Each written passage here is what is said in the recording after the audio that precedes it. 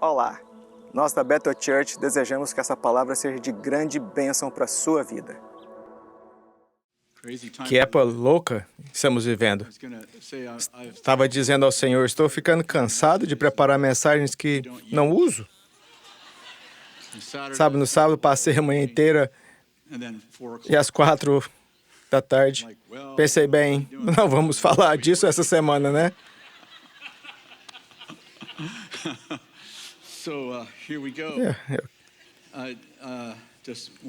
Eu quero orar, e vocês oraram pelo ex-presidente Trump, pelas pessoas, uma pessoa morta, mais 2 no hospital.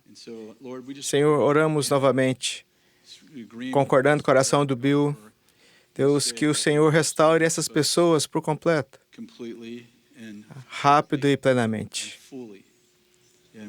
E oramos, Deus, que a palavra de hoje seja algo que nos inspire e nos direcione. Em nome de Jesus. Amém. Eu quero falar sobre o espírito de reconciliação. E quero dizer que vários profetas vêm profetizando. Kim Clement, eu não encontrei, mas alguém me falou que o Kim Clement, em 2005, profetizou sobre a tentativa de assassinato de Trump. E então, em 10 de março de 2024, Chris Reed, o líder da Morning Star Ministries, teve um sonho sobre a tentativa de assassinato de Donald Trump. E ele pediu toda a sua congregação que orasse. Sua exortação foi, eu voltei e orei, e falei, nós vamos orar e acabar com isso. E foi muito bom.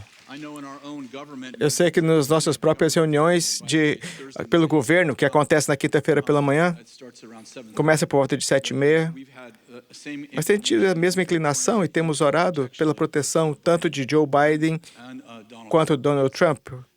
Por causa, obviamente, acho que você não precisa ser um profeta para saber que isso era uma possibilidade. Acho que pode sentir a tensão no ar. Uau! Eu tinha 8 anos quando vi o presidente Kennedy ser baleado em um desfile. Depois eu estava assistindo quando Martin Luther King foi baleado. E também o irmão do presidente, Robert Kennedy. Estávamos vivos nessa época, conhecemos o estresse desses tempos. Eu estava tendo um pouco de estresse ao observar essa situação. E não pude deixar de pensar como a orelha de Donald Trump foi atingida. Não se fala de milagre, não sei como você consegue atingir uma orelha sem... Quero dizer que essa é a providência ao máximo. Eu não quero dar muita importância a isso, mas me faz lembrar que quando Jesus estava sendo preso, Pedro cortou a orelha do servo. E Jesus se vira e coloca a orelha de volta. Ainda bem que não foi a cabeça, porque ia ser dramático. Oi, você aqui, Pedro. O que você está fazendo? Moço, você perdeu sua cabeça. Vamos colocá-la de volta. Mas foi difícil assistir e não pensar em como Pedro cortou a orelha do servo, tentando proteger Jesus. E como Jesus curou a orelha, virou-se para Pedro e disse, o que você está fazendo? É o espírito errado. Há um espírito errado no nosso país e acho que precisamos continuar orando. Isso pode ser não a única tentativa para qualquer um dos políticos. Fico feliz que o Bill orou pelo nosso próprio governador. Uma observação interessante. Assisti um documentário há 3 semanas atrás sobre John Rockefeller. Não sei se você conhece a história, mas John Rockefeller era crente. Ele foi criado por um pai alcoólatra. Acho que ele o abandonou uns 8 anos de idade. E o Rockefeller eram muito pobres. E ele começou a trabalhar duro e começou a prosperar. Um dia, ele deveria estar em um trem indo de Cleveland para Buffalo para fazer um negócio. Sua bagagem foi no trem e devido a uma confusão, ao atraso de 3 minutos, ele perdeu o trem. E ficou muito chateado com tudo que aconteceu, porque foi como se alguém tivesse furado um sinal, algo louco que aconteceu, e ele perdeu o trem. O trem estava cruzando alguns trilhos elevados e o trem caiu fora dos trilhos. E os 2 últimos vagões seriam os vagões onde ele estaria. Havia 53 pessoas naqueles vagões e 51 delas morreram. E ele percebeu imediatamente que havia nascido para mais do que dinheiro. E ele escreveu em seu diário que daquele dia em diante, ele sabia que ele nasceu por providência, que Deus tinha um plano para ele. Eu não sei se você sabe disso, mas ele provavelmente foi o primeiro bilionário, se pudéssemos equiparar sua riqueza aos dias de hoje. E ele doou toda a sua riqueza, a maior parte, para instituições de caridade e grande parte, acho que para a Igreja Batista. Assim, ele teve um senso de providência quando ele percebeu que sua vida foi poupada. E eu tenho orado por isso pelo Donald Trump, e tenho orado também isso pela nossa nação. Estamos numa época de providência. E para percebermos a hora em que vivemos, a seriedade da hora em que vivemos, que devemos deixar para uma geração um mundo em avivamento, mas não um mundo em crise. Desculpe-me. Abra o capítulo 22 de Lucas. Quero falar sobre uma nova aliança. Jesus, aparentemente, nos últimos 6 ou 7 meses de seu ministério, falava continuamente sobre o fato de que ele iria morrer. Sabemos que isso acontece em todos os evangelhos várias vezes. Você conhece a história que Jesus disse aos discípulos? O que as pessoas dizem que eu sou? E eles disseram, esse cara, aquele cara, esse outro. E Jesus, quem você diz que eu sou? E Pedro disse, você é o Filho de Deus vivo. Você é o Messias, o Filho de Deus vivo. E Jesus disse, não foi carne e sangue que lhe disseram isso. Meu Pai lhe disse isso. Então Jesus continua dizendo, eu vou morrer pela nação. E Pedro diz, isso nunca vai acontecer, vou te proteger. E o Senhor diz, atrás de mim, Satanás. É como se Pedro tivesse uma jornada espiritual bipolar com o Senhor.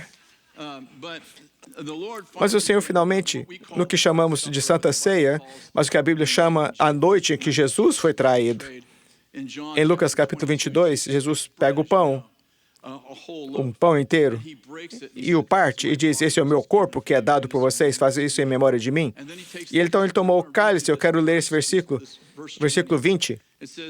Ele diz, da mesma forma, depois da ceia, tomou o cálice dizendo, este é o cálice da nova aliança no meu sangue, derramado em favor de vocês. Pode repetir isso comigo? Este cálice é a nova aliança no meu sangue, derramado em favor de vocês. Eu quero salientar que vivemos em uma nova aliança. De Gênesis a Malaquias, chamamos isso de Velho Testamento. Acho que é melhor chamá-lo de Velha Aliança, porque foi uma aliança que foi cumprida. Vivemos de Mateus a Apocalipse. Vivemos de uma nova aliança. E em Hebreus capítulo 8, versículo 10, quero ler para vocês. Essa é a nova aliança que farei com o povo de Israel depois daqueles dias, diz o Senhor. Porém, as minhas leis em sua mente e as escreverei em seu coração. Serei o seu Deus e eles serão o meu povo. Ele não será necessário ensinar os seus vizinhos e seus parentes, dizendo, você precisa conhecer o Senhor, pois todos, desde o mais humilde até o mais importante, me conhecerão. Eu perdoarei a sua maldade e nunca mais me lembrarei de seus pecados. Veja o verso 13, se tiveram a Bíblia. Quando Deus fala de uma nova aliança, significa que tornou obsoleta a aliança anterior, e aquilo que se torna obsoleto e antiquado logo desaparece. Mais uma vez, quando Deus fala de uma nova aliança, significa que tornou obsoleta a aliança anterior, e aquilo que se torna obsoleto e antiquado logo desaparece. Quero salientar que não vivemos em uma velha aliança. Jesus veio para cumprir a velha aliança, vivemos uma nova aliança. Quantos entendem que uma das maiores razões de tomarmos a ceia é para lembrar em que lado da cruz vivemos? Não vivemos do lado da cruz da velha aliança, vivemos do lado da cruz da nova aliança. Em Mateus 5, versículo 43, Jesus está falando. Quero salientar que Jesus está encerrando uma era chamada Velha Aliança e está abrindo outra. Para aqueles que vocês são novos crentes e estão assistindo pela Bethel TV, muitos de novos crentes nos seguindo agora, quero salientar que quando Jesus andou na terra, ele andou na terra na velha aliança. A maioria dos evangelhos, Mateus, Marcos, Lucas e João, a maioria desses evangelhos era da velha aliança. Eu não quero dizer que o que Jesus falava era coisas da velha aliança. Estou ressaltando que Jesus viveu sob a lei. E a nova aliança começou quando Jesus ressuscitou dos mortos. Quando Jesus morreu na cruz e ressuscitou dos mortos, que seriam os últimos 2 ou 3 capítulos da maioria dos evangelhos, isso seria a nova aliança. Jesus está encerrando a era da velha aliança, está vivendo na velha aliança, está abrindo uma nova aliança. Há muitas mensagens como essa, aqui está uma delas. Em Mateus 5,43, Jesus diz, vocês ouviram o que foi dito, ame o seu próximo e odeie os seus inimigos. Ame o seu próximo, mas odeie os seus inimigos. Eu, porém, vos digo, amai os vossos inimigos e orai por aqueles que vos perseguem, para que vos torneis filhos do vosso Pai que está nos céus, porque Ele faz nascer o sol sobre os maus e os bons, e faz chover sobre os justos e os injustos. Eu quero salientar que Jesus disse, vocês ouviram o que foi dito, ame o seu próximo, odeie os seus inimigos. Onde foi que eles ouviram? Ame o seu próximo, odeie os seus inimigos. Eu gostaria de propor que eles ouviram da velha aliança. Vou lhe dar alguns exemplos. E há centenas de escrituras como essa. O Salmo 139, versículo 21, porventura não odeio os que... Esse é Davi falando com o Senhor. Porventura não odeio os que te amam. Desculpa, eu odeio os que te amam, não. Vamos tentar isso de novo. Será que não odeio aqueles... Eu tenho que tirar esses óculos, eu não estou me atrapalhando. Porventura não odeio os que te odeiam, Senhor, e não detesto os que se levantam contra ti. Deuteronômio 30, versículo 7, o Senhor, seu Deus, enviará todas essas maldições sobre seus inimigos e sobre aqueles que os odeiam e os perseguem. E aqui essa é uma das mais fortes, Josué, capítulo 11, verso 20. Pois o Senhor lhe endureceu o coração para que lutasse contra Israel, para isso completamente os destruísse, sem misericórdia, conforme o Senhor havia ordenado a Moisés. Eu quero salientar que na velha aliança, seu amor por Deus era medido pelo quanto você odiava os que odiavam a Deus.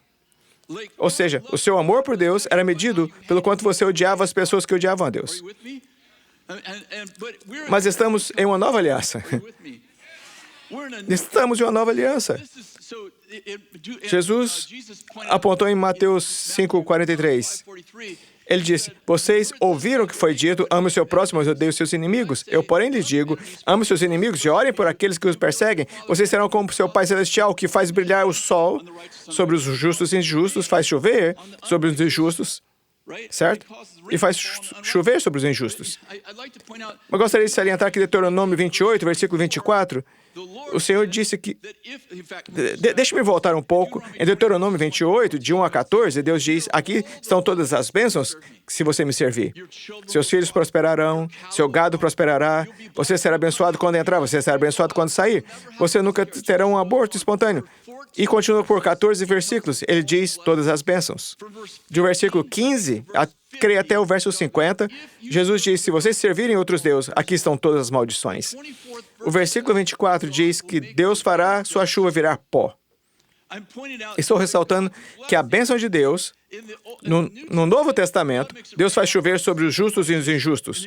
No Velho Testamento, Deus diz, eu tenho permissão para reter a chuva de vocês se não me servirem. Estou ressaltando que vivemos em uma nova aliança. Neste lado da aliança, Deus abençoa as pessoas que não merecem, como todos os que estão sentados nessas cadeiras. Como o cara que está pregando. Não sei se você está entendendo. No Novo Testamento, em Lucas capítulo 23, Jesus está na cruz e diz, Pai, perdoe-os, porque não sabem o que fazem. Estevão estava sendo apedrejado em Atos 7, versículo 60. Ele cai de joelhos e diz, Senhor, não lhes imputes esses pecados. Estou falando do fato de que vivemos em uma nova aliança com uma mentalidade totalmente diferente.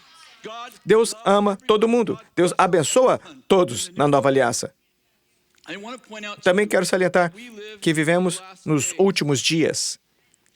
Não vivemos no último dia. Vivemos nos últimos dias. O último dia, 8 vezes na Nova Aliança, na Bíblia, no Novo Testamento, A nova aliança está na Bíblia. A nova aliança é a Bíblia. 8 vezes no Novo Testamento, o julgamento é chamado de o dia do juízo. A proposta é importante que não percamos o fato de que há um dia de julgamento. Haverá um dia de julgamento. Mas não vivemos no último dia, vivemos nos últimos dias. Lembra-se de quando o Senhor derramou seu Espírito em Atos capítulos 1 e 2? E eles começaram a falar em línguas e agir como loucos. E Pedro se levantou e fez essa declaração. Ele disse: isso é o que Joel profetizou. Acontecerá nos últimos dias que derramarei meu Espírito em algumas pessoas. Derramarei meu Espírito sobre os democratas. Derramarei meu Espírito sobre os republicanos. Não, derramarei o meu Espírito sobre toda a carne. Seus filhos e filhas profetizarão, seus velhos terão sonhos, seus jovens terão visões, até os vossos servos, tanto os homens como mulheres, naqueles dias que derramarei o meu Espírito, e eles profetizarão. E ele continua dizendo: o sol se escurecerá e a lua se converterá em sangue, antes que venha o grande e glorioso dia do Senhor. E acontecerá que todos aqueles que invocarem o nome do Senhor serão salvos. Quando isso acontece? Quando o sol se escurece, a lua se transforma em sangue. Quantos sabem que quando Jesus morreu na cruz, o sol literalmente se escureceu? E quantos sabem que a lua se tornou como sangue? Porque Jesus era o reflexo do sol. Ele era o reflexo do Pai. E essas obras que eu faço não são minhas, são o Pai agindo por meu intermédio. Quantos sabem que quando o sol escureceu e a lua ficou como sangue, o que aconteceu? Tornou-se o grande e glorioso dia do Senhor. Quantos sabem que vivemos nos últimos dias? Vivemos na graça? Sim. Elvis está morto, mas Jesus está vivo, quero que saiba. Em Lucas capítulo 16, versículo 16, Jesus diz: a lei e os profetas profetizaram até João. Desse tempo em diante estão sendo pregadas as boas novas do reino de Deus e todos os que forçam sua entrada nele. Deixe-me ler mais uma vez. A lei e os profetas profetizaram até João.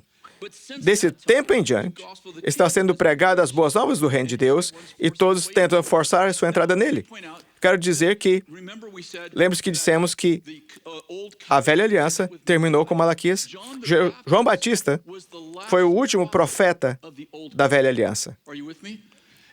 E Jesus diz: a lei e os profetas foram pregados até João.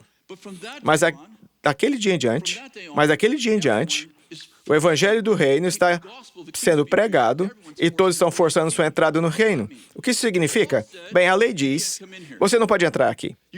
Você não cumpriu as regras. A propósito, você sabia que todo o Velho Testamento é chamado de a lei e os profetas?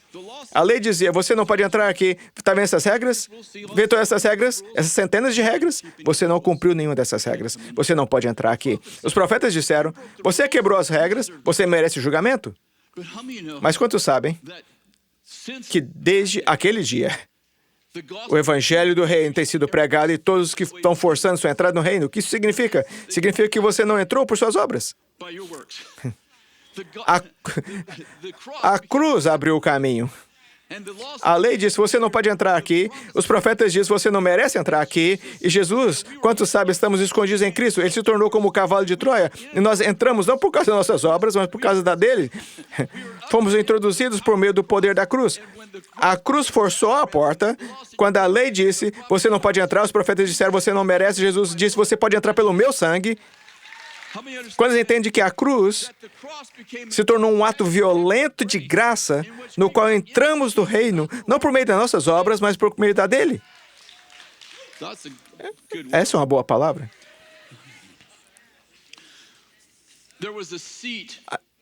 Havia um lugar na sinagoga reservado para o Messias.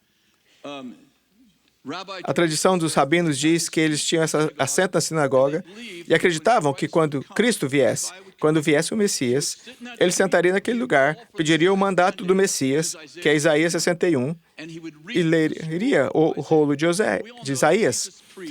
E todos sabemos que Jesus pregava, que era costume que várias vezes no mês ele ensinava na sinagoga. E ele chega nesse sábado, ele entra na sinagoga e, em vez de ir ao pódio, ele vai à cadeira que não era usada há 400 anos. E ele se senta na cadeira que nunca havia sido ocupada, que estava sendo reservada ao Messias. Pode imaginar que a segurança estava máximo alerta. Estavam perguntando o que ele está fazendo.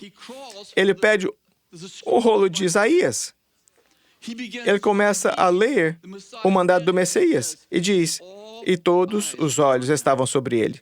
Tipo, o que ele está fazendo? E ele lê o seguinte, o Espírito do Senhor Deus está sobre mim, porque o Senhor me ungiu para pregar as boas novas aos aflitos, e me enviou para curar os quebrantados de coração, para proclamar libertação aos cativos e liberdade aos prisioneiros, ressaltando que cativos são pessoas que foram capturados, são vítimas, e prisioneiros são pessoas que são culpados, são os vitimizadores. Ele veio para os dois. Libertação para os cativos e liberdade para os prisioneiros. O ano favorável do Senhor. Ponto final. Não sei se você já notou isso, mas o restante do versículo é o dia da vingança do nosso Deus. Isaías escreveu o ano favorável do Senhor, vírgula, o dia de vingança do nosso Deus. Mas quando Jesus se senta no assento do Messias, ele não termina o versículo. Ele cita o ano favorável do Senhor, ponto final. Onde Isaías colocou uma vírgula, Jesus colocou um ponto final. Por quê?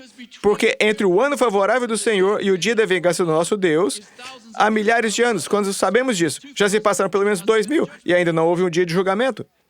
Porque vivemos nos últimos dias, vivemos no ano favorável do Senhor. Não vivemos no último dia, o dia da vingança do nosso Deus. Essa é uma boa palavra. Porque Jesus não veio para julgar o mundo. Ele veio para que o mundo pudesse ser salvo por meio dele. Deus amou o mundo de tal maneira. 2 Coríntios 5,17, após que você conhece, se alguém está em Cristo, é nova criatura. As coisas velhas já passaram e tudo se fez novo. Qual que é o próximo versículo? Deus estava em Cristo, reconciliando consigo mesmo o mundo. Como ele fez isso? Não lhes imputando suas ofensas. E qual que é o próximo versículo? E ele nos deu o ministério da reconciliação. Como se Deus estivesse suplicando por nosso intermédio. Reconcilie-se com Deus. Qual é o ministério que Deus nos deu? O ministério do quê? Da reconciliação. Qual é o ministério da reconciliação? Não contar as suas ofensas contra eles. O que aconteceria se pegasse um profeta do Velho Testamento e o transferisse para a Nova Aliança? Bem, nós sabemos, porque Malaquias 4 diz que Jesus é sempre a resposta. Diz que, eis que ele enviaria o profeta Elias antes da vinda do grande e terrível dia do Senhor. E ele restaurará o coração dos pais aos filhos e o coração dos filhos aos pais, porque não venha e fira a terra com a maldição. Quantos saibam o que Elias fez na velha aliança? Ele invocou fogo, matou falsos profetas, julgou as nações. Mas o que acontece quando ele chega do outro lado da cruz? Ele restaura famílias.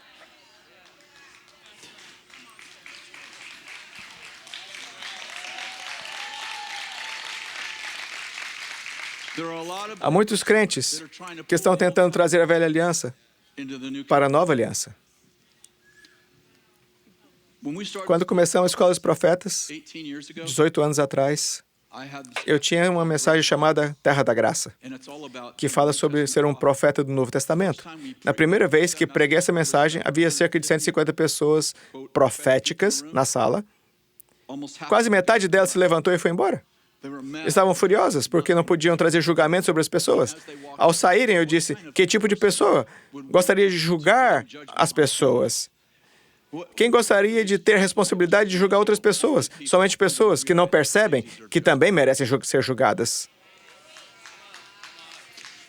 O objetivo não é estar certo. O objetivo é reconciliar-se. Alguns dizem, não quero me reconciliar com alguém que está errado. Mas a visão é maior que o erro. É maior do que a violação do amor. Vamos falar sobre o que está acontecendo na cruz. Jesus diz, Deus é o mesmo Deus do Velho Testamento e no Novo Testamento. E quando falamos sobre o fato de Deus se relacionar conosco de forma diferente, eles dizem, não, Deus é o mesmo. Gostaria de salientar que Deus é o mesmo. Mas o que é diferente é Jesus. Vamos fingir por um minuto, vamos fingir que Steve é o juiz. Ele é o juiz. E Bill matou meu filho. É mau. E ele se apresenta ao juiz, e Steve diz, "Oh, Bill, seu pai e nós costumávamos jogar golfe juntos. Vá livre." Quantos sabem que isso foi misericórdia, mas não é justiça? Veja, Deus está sentado em um trono de misericórdia, mas o fundamento do seu trono é retidão e justiça. Darlene Johnson entra na sala e diz, "Eu morrerei por Bill." E o juiz dá uma olhada nos arquivos dos fugitivos e ele diz, "Oh, Darlene Johnson, sinto muito, você não pode morrer por ele, porque você é uma fugitiva, porque a alma que pecar morrerá. Você deve por seus pecados, você não pode pagar pelos dele." De repente, as portas do tribunal se abrem e o filho do juiz entra na sala. Ele diz, "Meu Eminentíssimo, eu morrerei por Bill Johnson." E o juiz olha, diz Jesus Cristo, espere um segundo. Você não está nos arquivos dos fugitivos? Você nunca pecou? Você pode morrer pelo Bill, porque você não deve por você. Quantos entendem que aconteceu quando Jesus morreu na cruz? Ele criou justiça para que Deus pudesse liberar misericórdia? Deus não é um juiz desonesto. Deus quer trazer justiça para que ele possa liberar misericórdia. O que aconteceu deste lado da cruz, Deus cumpriu a justiça para poder liberar misericórdia e não ser um juiz corrupto. Essa é uma boa palavra. Vá para João capítulo 8.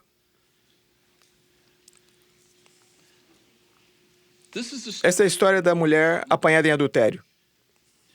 Há cerca de, 3 semanas eu estava lendo essa história, já li centenas de vezes, e me dei conta de algo que espero que talvez eu possa lhe mostrar. Essa mulher foi pega em adultério. Foi uma operação tramada pelos fariseus. Que barulho foi esse? Confirme isso, Senhor. Eu gostaria de salientar que essa senhora era adúltera. Ela não era uma fornicadora, o que significa que ela era uma vitimizadora. Ela não era uma vítima, ela era uma vitimizadora.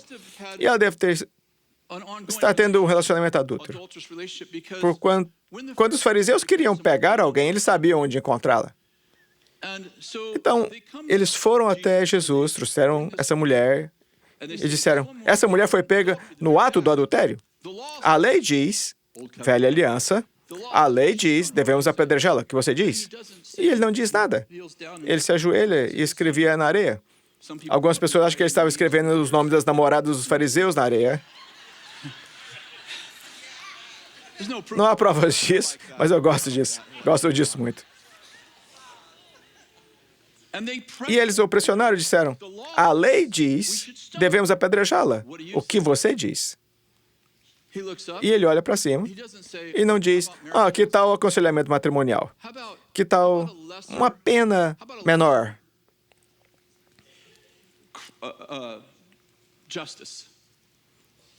Que tal um pouco mais de misericórdia? Ele não faz isso. Ele olha para cima e diz, quem não tiver pecado, que comece. E a pouco, a multidão se dispersou à medida que percebem que seu pecado merece julgamento. Aqui está o ponto que eu não vi. Talvez você tenha visto. Ele não diz, aquele que nunca cometeu adultério, que comece. Ele diz, aquele que nunca pecou, que comece. Eu gostaria de orientar que a multidão tem um sistema de classificação para o pecado. E é chamado de justiça relativa. É mais ou menos assim, eu nunca cometi um pecado no nível do seu pecado, portanto eu sou mais justo do que você. Eu não vejo como um vilão quando eu peco, porque eu vejo meu pecado como um crime sem vítimas.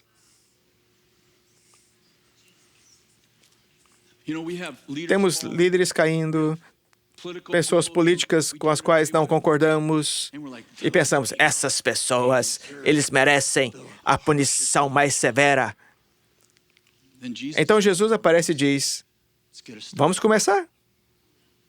Você não tem pecado. E a parte do desafio que estamos enfrentando agora é um espírito de julgamento e acusação. porque nos esquecemos de como entramos. Não entramos por nossas obras. Entramos pelas obras dele.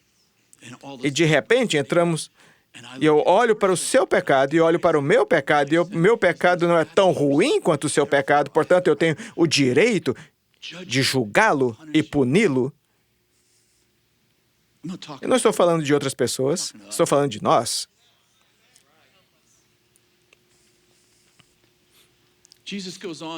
Depois que todos saíram, Jesus continuou e disse, ninguém a condenou?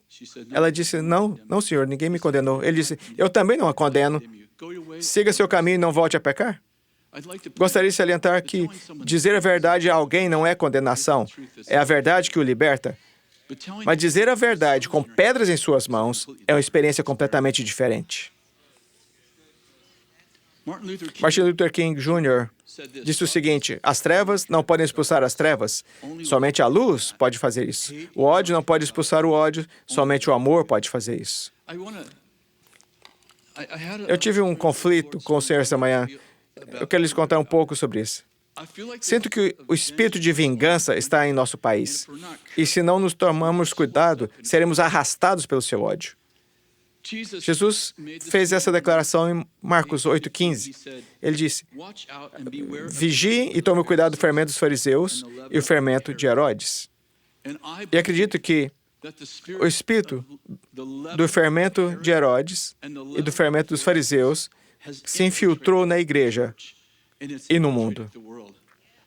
Estou profundamente preocupado com a maneira como nos relacionamos com as outras pessoas.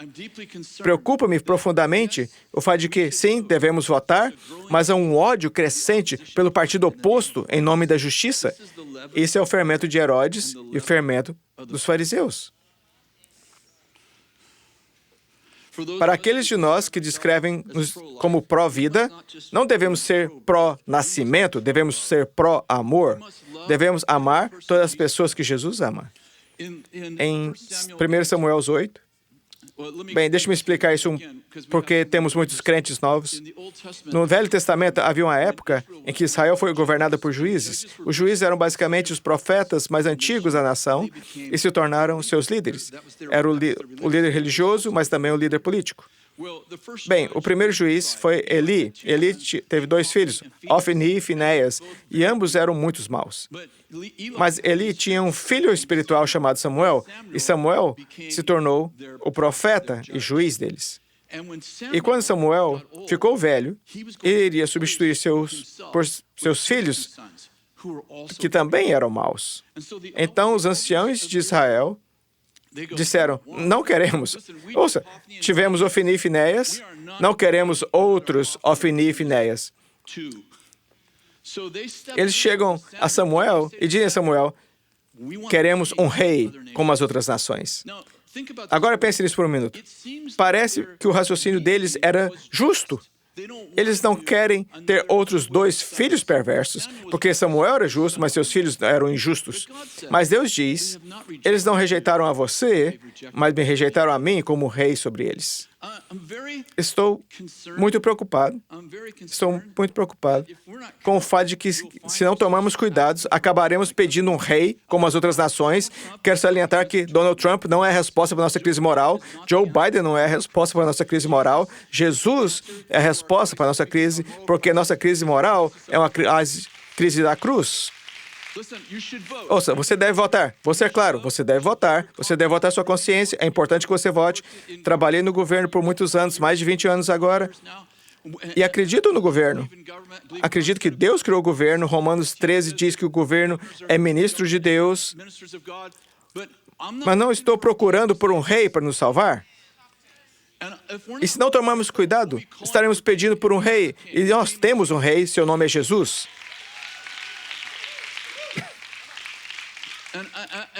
Acho que o patriotismo é importante para cada um de nós em nossos países. Eu espero que você ame o seu país. E Kathy e eu conversamos sobre colocar uma bandeira no nosso jardim. Acredito que você deve amar seu país. Seja qual país que você seja, espero que você ache que o seu país é o melhor país do mundo. Acho que o nosso país é o melhor país do mundo, não gostaria de estar em outro lugar. Acho que minha esposa é a melhor esposa do mundo. Espero que você ache que a sua esposa seja a melhor esposa do mundo, a menos que você seja uma esposa. Espero que você pense que ele seja o marido, o melhor marido do mundo. Eu quero dizer que não há outro país em que eu preferia viver além dos Estados Unidos. Se você fosse de outro país, espero que você pense assim sobre o seu país. Mas gostaria de salientar que o patriotismo é importante, mas Jesus não é um americano. E o reino de Deus transcende o patriotismo, pois Deus ama o mundo. Estou dizendo que não posso amar só os Estados Unidos e não importar com a Rússia. Não posso amar os Estados Unidos e não me importar com a China, porque Deus importa com eles. Somos pais de nações, não só de uma nação. Estou dizendo que temos que estar alinhados com o nosso Pai Celestial, que ama todas as nações, cada tribo. Ele ama Israel, ele ama a Palestina, ele ama o Iraque, o Irã, a Rússia, a Ucrânia. Ele ama todas elas. Esse é o Pai que servimos. Tenho que pensar como o Pai Celestial. E aqui está a resposta. Se o meu povo, que se chama pelo meu nome, se humilhar e orar, buscar a minha face e se converter dos seus maus caminhos, então eu ouvirei dos céus e perdoarei seus pecados e sararei sua terra. Essa continua sendo a nossa esperança. Não importa quem esteja no cargo, essa continua sendo a nossa esperança. Não preciso de um rei, eu tenho um rei. Minha lealdade final está em um único reino. Esse é o reino do Senhor. Pode se levantar, quero orar por nós. Minha equipe está me mandando mensagens dizendo: não se esqueça de anunciar a Escola dos Profetas. Escola dos Profetas, 5 a 8 de agosto. Se não gostou, ficou, outras pessoas vão falar. Vamos orar agora. Espírito Santo, nós agradecemos por nossos países. Obrigado, Deus, agradecemos pelo modo como o Senhor está agindo em nosso país. Mas, Senhor, nós quebramos o poder do acusador. O acusador se manifesta, quantos sabem, mídia social, acusações. Apocalipse 12, o acusador acusa dia e noite. Senhor, nós não concordamos com o acusador, recusamos o reino do acusador e quebramos a aliança com o espírito de Herodes e o espírito dos fariseus. E dizemos, o amor vence, dizemos que a humildade reina e não contamos com nenhum de ser humano para nos salvar. Temos um Salvador. E, Senhor, oramos hoje em nome de Jesus para que o Senhor traga avivamento, reforma e renascimento aos nossos países e que vejamos a glória do Senhor cair sobre toda a terra como as águas cobrem o mar, em nome de Jesus, e abençoe essas pessoas em nome de Jesus. Talvez você esteja aqui e não conheça o Senhor. Gostaríamos muito de orar por você. Talvez você tenha se afastado do Senhor. Talvez esteja assistindo na Bethel TV e não conhece o Senhor. Se levantar a mão, gostaríamos muito de orar com você onde você está. Há alguém aqui gostaria de encontrar o Senhor hoje? Fantástico. Provavelmente há pessoas no chat. Se você não conhecer o Senhor e quer recebê-lo, escreva no chat, preciso de Jesus. E alguns dos nossos membros da nossa equipe falarão com você. Pai, nós lhe agradecemos por esse dia e lhe abençoamos. Deus abençoe. Obrigado por ouvir. O Evangelho de Jesus Cristo é a boa notícia. É o fato que Jesus tornou nosso lugar pela punição do pecado, para que pudéssemos entrar no seu lugar de vida eterna. Convido agora a se voltar o seu coração para o Senhor Jesus e dizer: te recebo como meu Senhor e Salvador. Deixo todas as partes da minha vida que não te honram e vivo intencionalmente para servi-lo, honrá-lo, para celebrar como meu Senhor e meu Salvador.